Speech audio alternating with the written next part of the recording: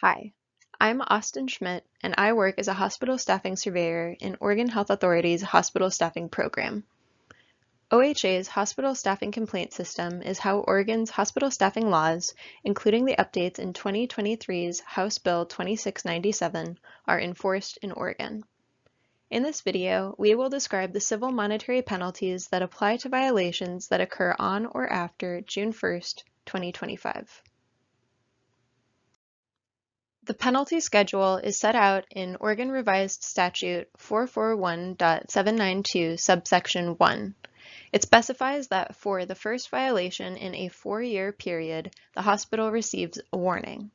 For the second violation of the same provision in a 4-year period, the sanction is a $1,750 civil penalty. For the third violation of the same provision in a 4-year period, the sanction is a $2,500 civil penalty. For the fourth and any subsequent violations of the same provision in a 4-year period, the sanction is a $5,000 civil penalty. These penalties apply to the violations described in ORS 441.792 subsection 2.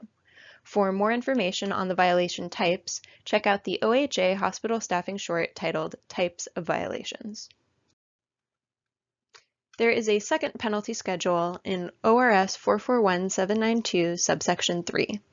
This penalty schedule applies only to the violation for failure to release a staffing committee member from other hospital duties to attend a staffing committee meeting.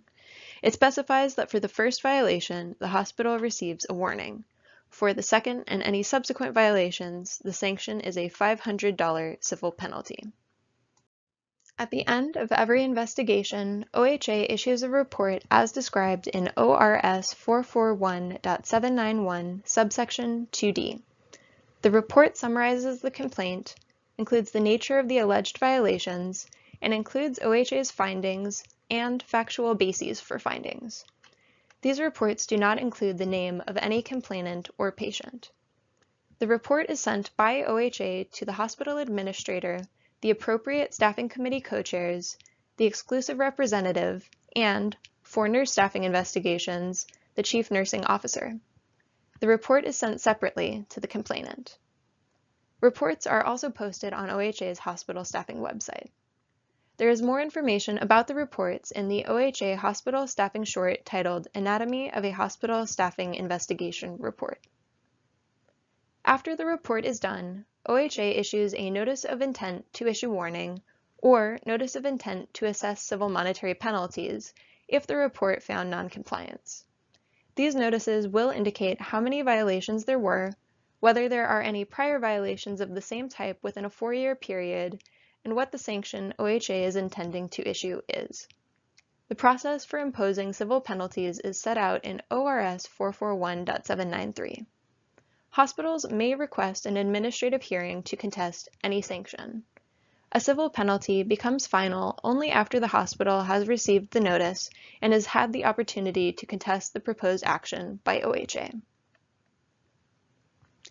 ORS 441.793 also states that each violation of a written hospital-wide staffing plan shall be considered a separate violation, and there is no cap on the times that a penalty may be imposed for a repeat of a violation.